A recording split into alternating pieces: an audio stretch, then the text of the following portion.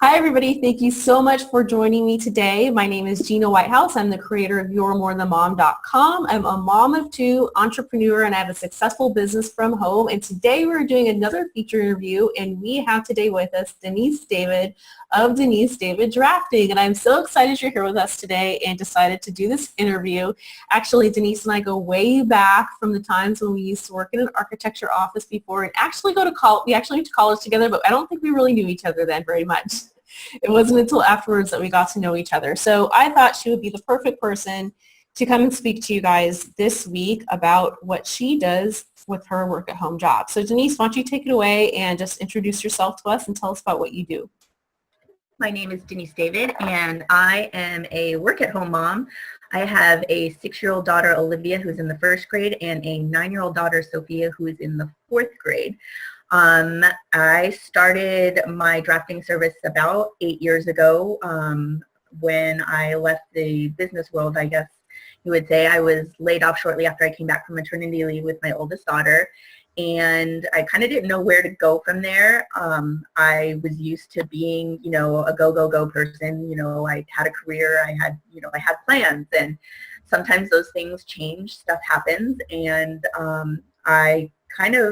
it fell into my lap in a sort of way. I had been working as an independent contractor, driving to offices in the area where I lived and worked previously. So that was going well, but then I kind of looked at it from the perspective, we started doing it financially, looking and seeing like, oh my goodness, well, I'm working all this time and all these hours and I am not gaining much from it.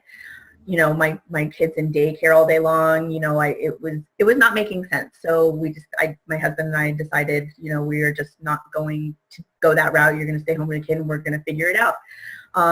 And then an old boss of mine who I'd worked with Gina too, he contacted me and he was working from home and he said, look, I have some side work if you're interested and you can do it from home, like let me know. And I was like, let me try this out. So I did and kind of took off from there.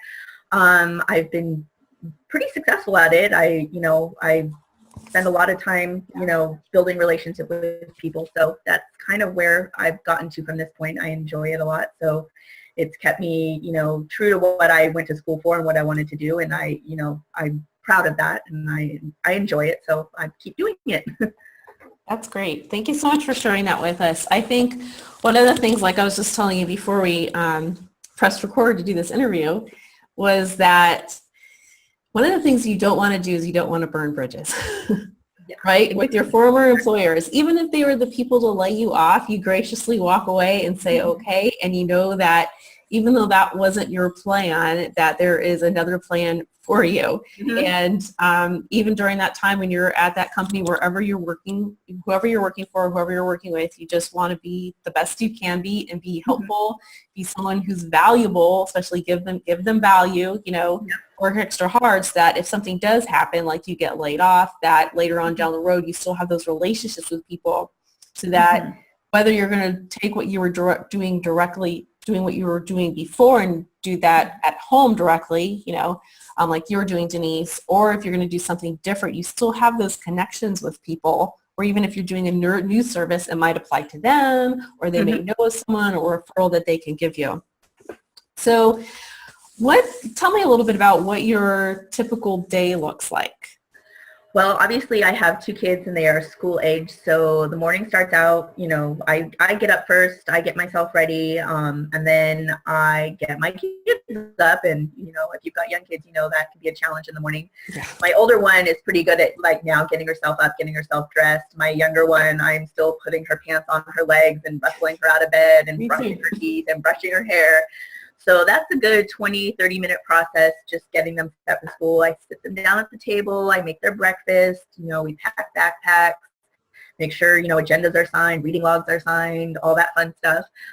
Pack their lunches. Then I take them to school, drop them off while I walk them to class. And then I'm usually home about 7:45. And that's, I might make myself some breakfast, take a minute just to get ready for the day.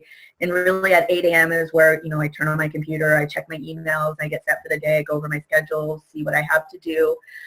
So between the hours of 8 and about 1:15 is when I get my largest chunk of work done. my uninterrupted time because kids get out of school at 2. So I usually head over there about 1:30 to pick them up. Parking's kind of a nightmare, so I have to give myself plenty of time. So, I go and I stand and I, chat with moms too at school, like 15 before school gets out. It's kind of my time to connect with other people, and pick them up, bringing them home. That, starts, you get home about 2:15, 2:20, and that is like snack time is first priority. If you've got kids, that if they're hungry, they're not pleasant to be around. So I feed them their snack, and then and then we start homework, because that's also another whole thing. Having an older 4th grader, she has about an hour and a half worth of homework. She doesn't like me to help her, so I kind of have to let her run through it once and then come back and say, okay, this is where we got to make some adjustments. And so we do that. The younger one's got about 15 minutes of homework, and then she can go play. So she'll do Legos, or she'll play, on the iPad, or she'll do something that she wants to do. Once homework's done, Mondays and Wednesdays, they both have gymnastics. My older one does, she's on the team track, so she has a 3-hour-long practice, which is pretty intense. Wow. So we do gymnastics Monday and Wednesday. Actually, today my older one starts athletics club, so we'll be driving her to that. It'll be from 3:15 to 4:30. So I kind of say my second job is as a chauffeur, because they all over town. So, do that. So I spend most of my afternoon is kid-related stuff, like homework, snack time, after school activities, gymnastics, dance. Now we have athletics. So there's that, and then we come home and dinner time. So Ian usually gets home from work about 5 o'clock. So we usually do dinner between 5:30 and 6. I try to keep it, around the same time. And then, after that, usually I do reading with my younger one. She does for 20 minutes a day. We usually do that right before bath time. It's kind of a way to kind of bring her down at the end of the day, because it's a calming activity. So then they're both in bed between 7:30 and 8 o'clock, and then at 8 o'clock is kind of my time. I might catch up on a little work at that point, but most days that's kind of where I go and I read a book, or if I'm watching a TV show at the time, that's when I get to do it, because I don't want it competing with my kids for attention, and it's not fair to either of them, because sometimes I need a break, sometimes they want attention. So I try to separate the activities so that they have their time with me and I have my time with me, and or with my husband. So that's kind of where I go with that. Now that brings up a good question, because there's something I want to talk about, because previously we were talking about, you were explaining to me a little bit about how when you're your own independent contractor working from home, it can be very much like feast or famine. Yes. So why don't you explain that a little bit? So if anyone who's ever worked in the building industry knows that there are booms and busts, and it's a very tough industry to be in. At the point in time when I got laid off is when the housing market crashed, and being in residential architecture, everyone was losing their jobs. It's starting to build back up now, but there will be points in time where people are beating down my door asking me to take on work, and I'm turning them away because I just got too much, and I don't want that much. But then there are points in time where I'm working 3 hours a week, and I'm twiddling my thumbs, and I don't know what to do with my time. So I try to keep it in perspective, at points in time where I'm, crazy busy and I feel like I'm working way too much and I don't have enough time for anything. I kind of say, 2 months from now, I could be sitting here begging for work.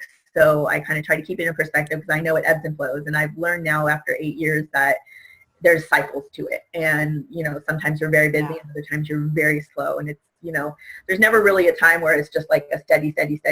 And I've kind of come to terms with that. It's just how the industry is, and I don't think that's going to change anytime soon. So I just try to keep it in perspective and not freak out when I'm oh my God, there's so much going on right now, that I know it's going to come back down, and I will be begging for times like this. So. Right. Well, and I think just like any industry, you get to know the ins and outs of it, and the different, what's the word I'm looking for? Seasons through the process of development. Oh yeah. So when you're working on a project, a building project, you're working on it at a very specific point within the project, and so preaching to the choir here, that when something, when you might be done with that one portion, you might have a few weeks you're slow, but there's another project that's just in design, in conceptual design right now. And the project you just finished, right. I'm in the construction document side, so they're in the permitting phase. When it goes to build, it's going to come back. Yeah, it's going to come back to you. Yeah, it's going to be times for, change orders, and it's a never-ending process. There's stuff I worked on 3 years ago that, it's in a new phase now, and they're tweaking stuff, and so I'm, it all comes back. It keeps going cycles and cycles, and that's part of never burning bridges, and, because these projects that you work on for people, 2 years down the road, they're coming back to you. So it's really important that, you stay true to your clients, and you treat them well, and, even though you might want to say, I'm done, I don't want to do this anymore, this is too much, you guys, there, come time where I'm like, oh, please give me work, please. So right. Sometimes you gotta eat your pride. Yeah, and just be like, okay, fine, I stay humble. Okay, this week I'm gonna have to work till 10 o'clock tonight. I'm sorry, okay, it's gonna happen, but next week at 11 o'clock in the day, I'm sitting here, reading a book because there's nothing to do. So right. Yeah, I mean, that could be a whole different topic in itself, but just from talking to you and hearing you say that reminds me, when you just, whatever industry you're part of, if you have someone who bothers you one day, sometimes you just got to swallow it. You got to be happy. You got to be positive. You got to be a humble person. Mm-hmm.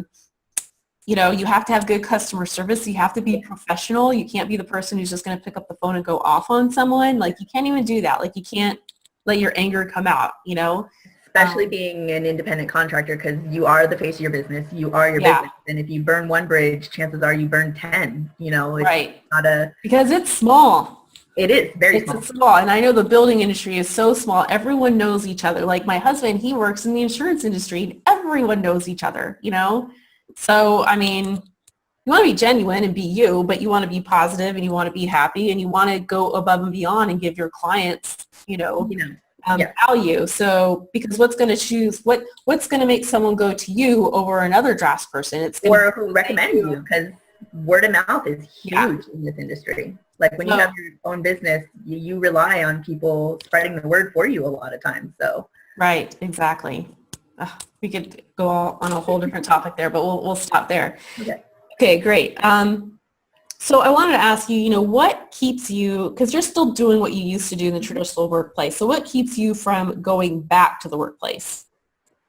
Oh, there's a lot of things. When I first left the industry, I was like, what am I going to do? This was my plan. I was going to have this career. I was going to work in an office. And I had a lot of attachments to things the idea that I guess was more what it was. But then when I started working for myself, the reality of it kind of clicked in. I was like, I really didn't enjoy office politics, or I didn't enjoy commuting. I didn't enjoy, being stuck in this very specific 8 to 5 schedule.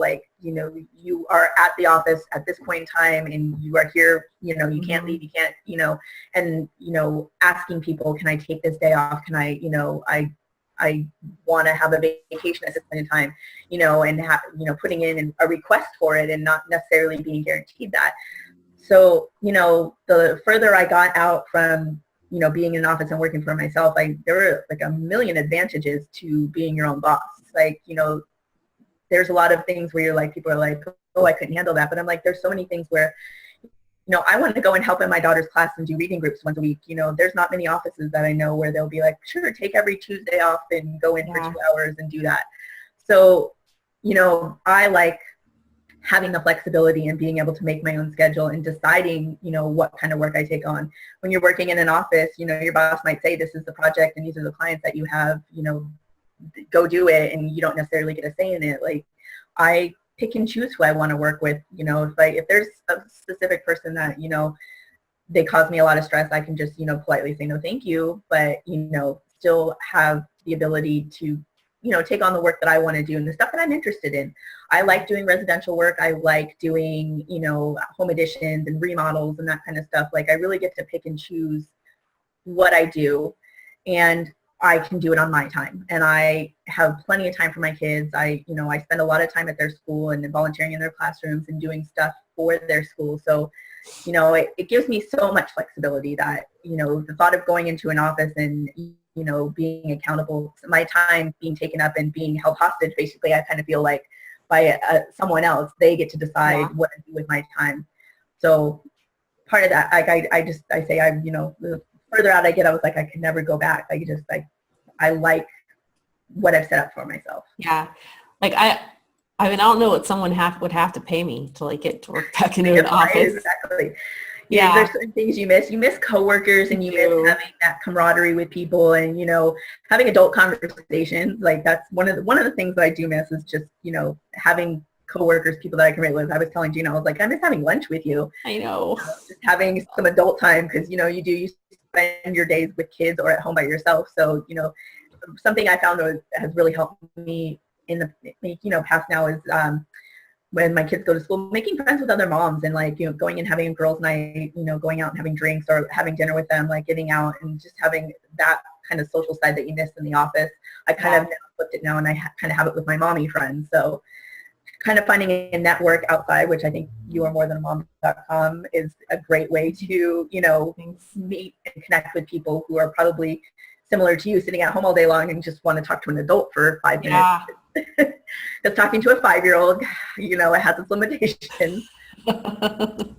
Definitely. No, man, I hear you. I mean, even for myself, I can get so busy with work because I love doing it that I have to like plan like a date night with like a girlfriend, to go see a movie or get dinner or even like a lunch if we get an early lunch so I can then pick up my son at 12:30. He's still in preschool, but we'll do like a brunch or something like that. It doesn't happen often, but just you have to be intentional about planning. You definitely do. You can get the adult interaction but I love the tools that you have now from working from home. Like I'll do, like meetings, video chats, and talk to people that I work with all around the country, just like you and I are doing right now, and it's so nice to be able to do it on our time. And it's awesome. So Denise, from one of my memories of you and our friendship is that you were the person who, I have to say, you really made a difference in my life. And there was one of the things that you said to me a long time ago, and I don't remember exactly what was the situation or like where we were at. It was probably work.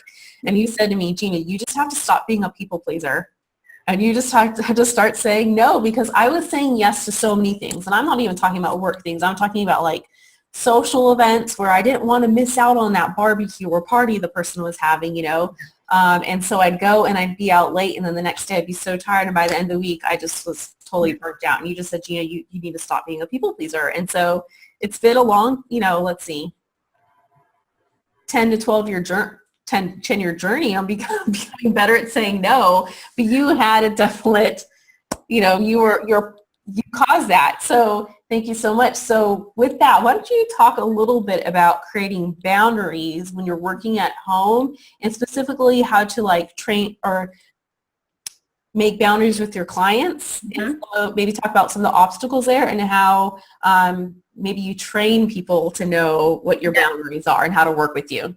So it's a unique position that you're in when you're working from home, because your clients know that you work from home and they know that you're available. Like they kind of get this idea in their head that you're available at all times. Like, oh, you're at home, you can send me this file, it'll be real quick. And, and I fell into that trap for a very long time. And I was like, yeah, it's quick, it'll take me 10, 15 minutes. And, I would go and do that and send that file. And then I would look at the next email and be like, oh, they just need this. And I'll do that real quick. And then, before I know it, 3 hours later, something that was supposed to be just 15 minutes of my time, it took me 3 hours. And I'm like, well, what am I doing here? And, realistically, they're asking me for this, and, chances are they're not going to do anything with it for another 2 or 3 days, but because it was hot on their list and they threw that email out there, and, I had to be, start being really mindful of like, some clients are notorious for that, and just, saying that they need it right away, and then realizing that they were sitting on it for, 4 or 5 days and weren't really doing anything with it. So kind of really, paying more attention to, what stage the project is in, and, what's all going on, and just knowing, okay, that one can really wait until tomorrow, or, I'm not going to jump through hoops because this person is screaming the loudest, because they always scream the loudest, and it's not necessarily because they're under any pressure, it's just because they scream really loud. So, and, yes, I do work from home, but, I try to keep my office hours between 8 and 5, and, I try to always answer emails, as they come in. So I keep my email on my phone, and I try to get back to them and let them know, like, yes, I got your request. I might not be at my desk right now. I'll have it to you tomorrow by 10, or, just being very forthright about the timing of stuff. And, just saying I will have it to you by a specific time, and so that I can make time to get that done, but not feeling the pressure to just, do it right now because you sent me an email right now. And I was, for the first years of my business, that's kind of like what I did because I was so eager to please, and I was like, I want it to be the best, and it's not. And, bottom line is they're just as appreciative of it sometimes if I send it the next day as they would have been if I sent it, 10 minutes after they sent the email, because like I said, they're not, necessarily needing it right now. And I work with people all over the country just like Gina does. And so, the 8 to 5 business world over in Florida, starts at 5 a.m. California time. So they're emailing me at 5 o'clock in the morning, and I don't get to it until 8 a.m. my time, which is halfway through their time. And so kind of finding a balance there and telling them, hey, look, I'm in California. You have to be aware of that. Like, that, like just because you email me at 8 a.m. your time does not mean I get that email. Yeah. Right when you sent it, because I'm still in bed at 5 a.m. Let's be real. So, and like I said, some clients are notorious for being very dramatic about I need it now, and just trying to tell those clients, well, if you're going to be like this, I'm just not going to take your work, because you have to be respectful of my time. Telling me 5 o'clock on Thursday night that you need something by 8 a.m. Friday morning does not work. Like, I'm done working. Like, just because you forgot to send me or tell me about this 3 days ago doesn't mean that.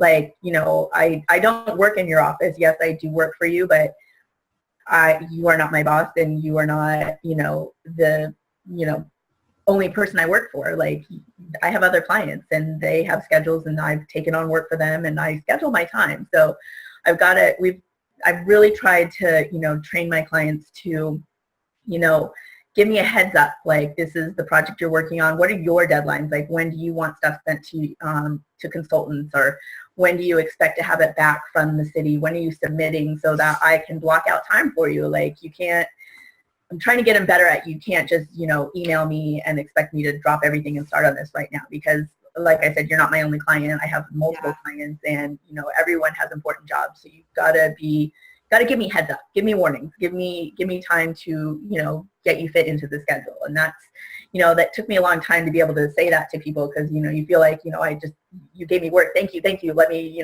so that I, it's a business, and that it's better time management skills. Like, I have time, I gotta manage my time. I've got a lot of stuff going on. So, help me out and I'll help you out. This is kind of where it came to.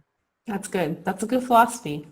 Help me out and I'll help you out. Yeah. I almost thought when you were talking, like, if I were in your situation, and I don't know if this would work, but if I were in your situation, I'd almost have like a form that I'd give to each client when they have a project that you want you to work on, and say, here, fill this out, and have like boxes on there, places where they have to say, these are the deadlines, and then have in print on the bottom, if these deadlines change, you have to let me know, send me a change order or something like that, and then I'll know. But if you fail to do this, no guarantees. Like, no guarantees. So I do that. Like, when I bid a job, or a prospective job comes up, I'll give them a timeline. Like, this is how long it's going to take me to complete this. So I will have it to you by this date, by this date, by this date. If, if there are portions of it you need before then, let me know, and I can focus on that area.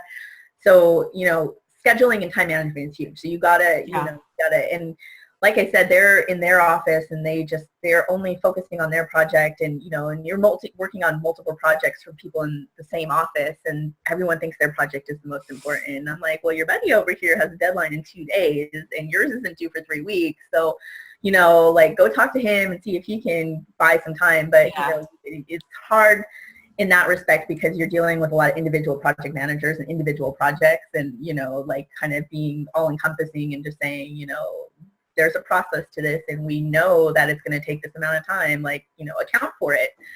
And, and it's one of those things where, everybody, kind of gets, in their little bubble, and, can't see outside their bubble, and they're hyper-focused on that, and then trying to, pull them back, and, letting them know, like, I can't be at your beck and call 24/7. It's just, it's not how I work. And, and then it's okay to say that, like, like, yes, you are a valued client, but no, I'm not working for you 24 hours a day. Right. You just have to set those boundaries. And I think too, even outside of the building industry, just in general, I mean, we're always connected, no matter what kind of work you do, you think that I mean, I could go on and talk about this forever. It's just like now you can text message people. You don't get on the phones as much, and people think that they can get a response right away. We've moved so far away from we've moved so far away from having that phone that's attached to the wall with the little recorder machine. And when you get back to that person, you get back to that person, and now everybody is like, they want the gratification. Yeah. So it's just the nature of the world today. But if if we want to keep our families first and make sure that we're giving, our 100% there, we have to set those boundaries. Yes. So thanks for sharing that with us. Okay, so the last question I'm going to ask you is, why don't you just explain a little bit, how was your transition from going to a career-driven, working, woman to stay-at-home mom, and what would be, your number one piece of advice for those people who are thinking about staying home? So, like I said, when I first left, it wasn't by choice. I was laid off, and to me, I was like, this was my world. This was my plan. I was like, it was huge to me. It was life altering. I was, this is not what I had envisioned for myself, and it was really hard to kind of let that go. And like I said, as time went on, I kind of started to get a reality check, going wow, I didn't realize how much I didn't enjoy certain aspects of it, but because it was my plan, it was my vision, I was stuck on it. And so coming back and, taking a step back and, reevaluating what I actually got the most enjoyment out of life in general. And just, I really enjoy being with my kid. I loved, watching them, have their first steps and growing up and seeing how they played and, just slowing down a little bit. And, transitioning into working from home, yes, it can get lonely. Like I said, you can only have so many conversations with a 5-year-old or a 2-year-old.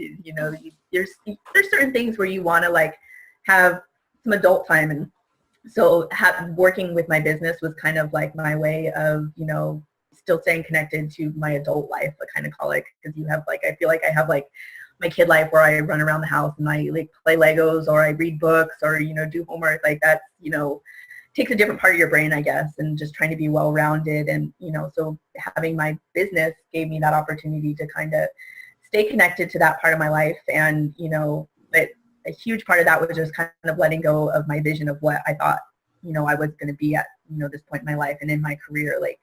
Working in an office just was my vision. And all of a sudden I was not necessarily, it wasn't really an option when I got laid off, because, most of the building industry, Gina knows, was just, letting people go. And I think a lot of people that we went to school with aren't even in the industry anymore.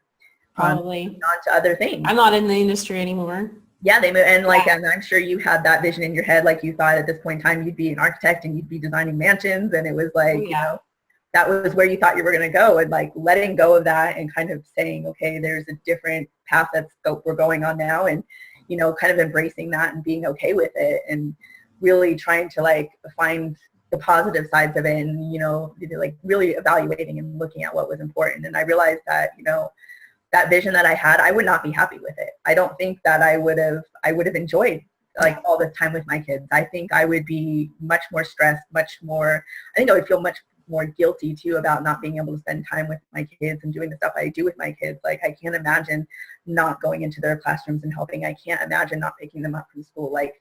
To me, that is my most important thing. That's one of the main reasons I do what I do, because I get to do those things with my kids. And my mom was a single mom. She worked 24/7, always working. We went to daycare, all that. And she's I wish I could have done what you're doing now. She looks at that and goes, that's her biggest regret in life, is she didn't get to do all those things. So I really, when I'm stressed out and I'm thinking, why am I doing this? Why am I doing this? Well, this is why I'm doing it. It's for my kids, for my family. It's such a short period of time. It is. Really gotta, I feel 10 years from now, my kids will be, in high school, moving out, and then what? Yeah, then what? So I will have this business built, and maybe I dedicate more time at that point in time, and maybe I become bigger at that point in time. But right now, where I'm at, I'm really happy with the direction my life took. Like I said, it wasn't my plan, but I went with it, and it actually worked out better. So yeah, I think, I know when you're in the midst of it, and I remember going through that point with you when you had gotten laid off. It seems like, my gosh, what am I going to do now? And again, the vision that you had was not the reality, but in the end, it really turned out to be a blessing. It did. It totally did. And you just got to trust that, if you stay the course and you focus on, yourself and your family, and it'll all come to you. Yeah. You just have to be patient and keep things in perspective. Right. I mean, I think, and I know this is true for myself, and I'm sure that some people watching this are really going to be able to, well, I hope they can relate to it, is that, we go through our education, then you go to college, and especially as a woman, you go and you get your degree, and then you go into the working world, and then, you get married, you have a family, or however that happens for you, but, then what? Yeah. And I won't even go into more of the discussion of that here because everybody has so many different opinions on it, and there's no right or wrong. No. Yep. It just depends on you and the vision that you want. But I think, like, from what you were saying, is just that sometimes we can get very stuck into this vision of what it's supposed to be. And I know I'm like that. I'm a very kind of person where I'm going to do this, and then this is my path, and never do I deviate from the path. Now I'm not even doing what I went to school for. But, and this is what I love about YourMoreThanMom.com and why I wanted to create this community, is that just because you went to school for 4 or 5 years doesn't mean that you don't have skills now that are translatable into something completely different. Like, I'm doing something completely different. And I don't look at my education as a waste at all. It taught me creative problem solving and thinking skills. Yeah. And like what you're doing every day, you are solving problems every day. How are these pieces going to go together when you draw that cross section? I mean, that you have to come up with creative solutions. To be honest, too, some of the stuff you were interested in when you were 18 to 22 years old when you were in college is it's totally different now. Yeah, you wouldn't even think of it now. It's almost sad that you have to pick this career when you're 18 years old and this path that you want to go on, because your life changes and things happen and you find something that you find more passionate. I think now back, if I had thought about it, knowing my life now, I think I probably would have enjoyed being a teacher more, maybe. I love being with the kids. I love working. So it's sometimes you have to just say, I might need a career change. I might need a path change, and find something that better suits me now in my life. So and that's true. And that's a great point, because not everything whatever you choose to do, it might not suit you at different seasons in your life. Exactly. And I mean, it just depends on how you're going to make it work out, but yeah, that's true. I mean, who knows how long you'll be doing this? It just might be for a season. At some point, you might be taking all the knowledge that you've learned of how you created this business at home. You might be teaching it to other people. Yep. Exactly. You don't even know what you'll be teaching. It might not even be in the traditional, K to 5 atmosphere. It might be teaching other women how to do similar things as you. Yep. It's kind of like what I've taken and what I'm trying to create through YourMoreThanMom.com, and just getting that community of women together and supporting one another. So, all right. Well, do you have any last words, or is there anything else? Nope. I just think, just really finding what your passion is in life, and finding, what makes you the happiest, and, reevaluating your priorities, and just, making a conscious decision sometimes to let some things go, because, it may have been important to you 5 years ago, 10 years ago, but it may have fallen down on your priority list, and it doesn't necessarily mean it didn't have a place in your life. It's okay.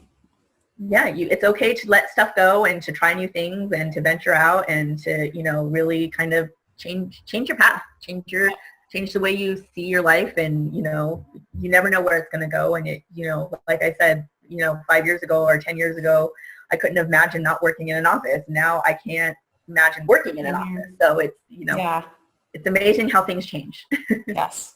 All right, Denise. Well, thank you so much for joining us today. Thank you. And if any of you have questions when this is posted, you can just comment below the video and we'll answer them and get to know you more. So, all right. Thanks, Denise. Thank you. Have a great day. You too. Bye.